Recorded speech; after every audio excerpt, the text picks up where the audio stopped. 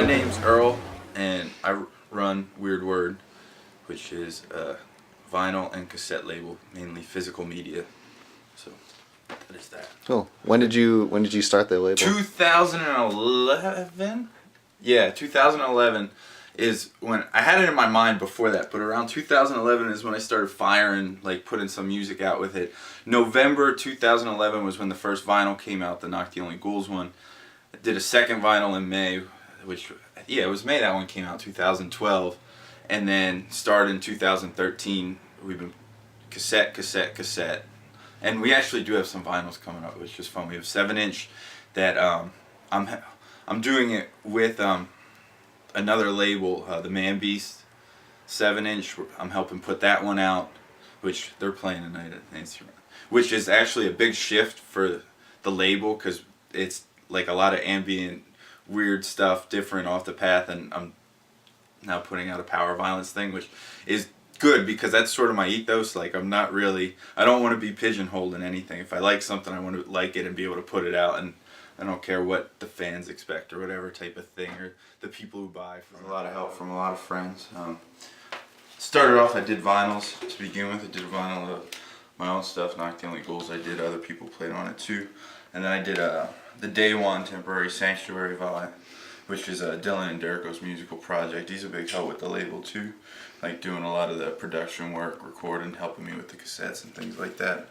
And then 2013, we made the switch to cassettes.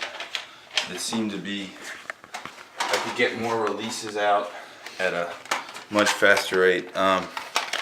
It's been a nice little learning process of things to do, but this is the most recent one we did. It's a C40. It's broken key and near earth. We did it. We do everything's in-house DIY type of stuff. Printers, Day One, broken key, another split. I do the labels. My wife actually helps me do them too. Full colored ones.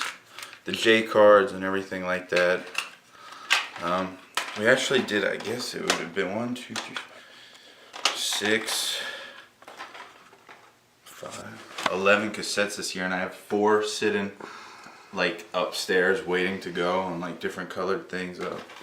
Wondertaker, which actually they played a show here, which is Michelle and Dylan's thing, which is pretty cool. We just started doing the color cassettes before Tertium quit Under 16s. This was the first cassette we ever did. The Under 16s actually have another one coming real soon, which is actually at the show tonight. I'm giving the tape to Benji to listen to and decide if he likes the way it sounds. Day One. Falcony, who just played last night at the Burners. They're playing on the 4th too at Good Weekend.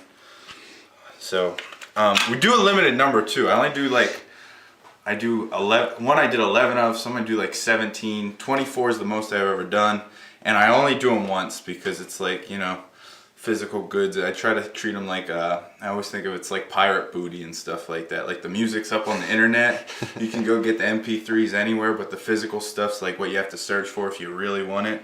So limited. Ghouls one. This was a split I did with Ghouls and Seagulls, and can't say that. But Seagulls effing Seagulls. Yeah, he does the they did the noise space Big Blue Hell for a year. Him and the Broken Key guys. And then guys from Bloomsburg too. The Handsome Pants and the Shot Shell Wads, doing stuff like that. But yeah, all the labels. It's fun. It's entertaining. Trying to get it out there. Do as much as we can. Anyone interested, hit me up. Just send me an email. I'll gladly take it. So how did you get into putting out these cassettes and these vinyls? Well, the vinyls was mainly I needed a vehicle. I didn't think anyone was interested in my music other than me, and I basically had, I don't want to say it, I wanted to spend my money on something worthwhile, I felt, and that was something worthwhile, so started doing that and sort of got the itch to keep doing it, so I kept spending my money that way.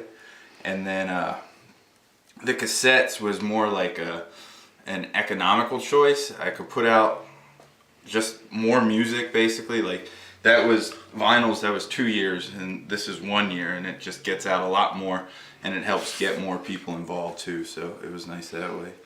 But cassettes are fun though too, because it's sort of like the medium's a little shoddy to say the least. Like, you know, you get the tape hiss.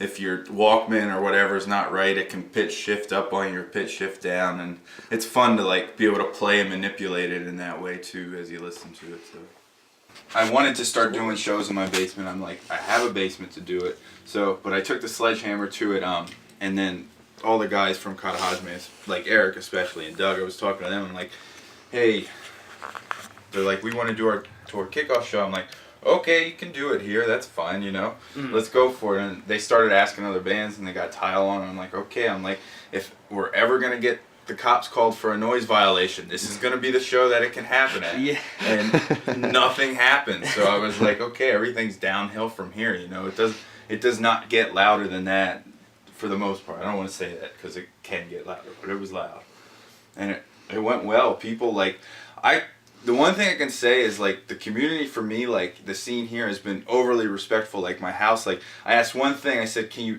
throw, like if you're gonna smoke a cigarette, smoke it outside, throw it either in the fire or in this thing. There was no cigarettes in my backyard, and like that was the one thing I asked out of people. So it was just like, everyone is awesome, thank you so much. And you know, it was cool, it's fun. But yeah, I don't know, I talk to you about, I record all the shows too, so I have all that stuff.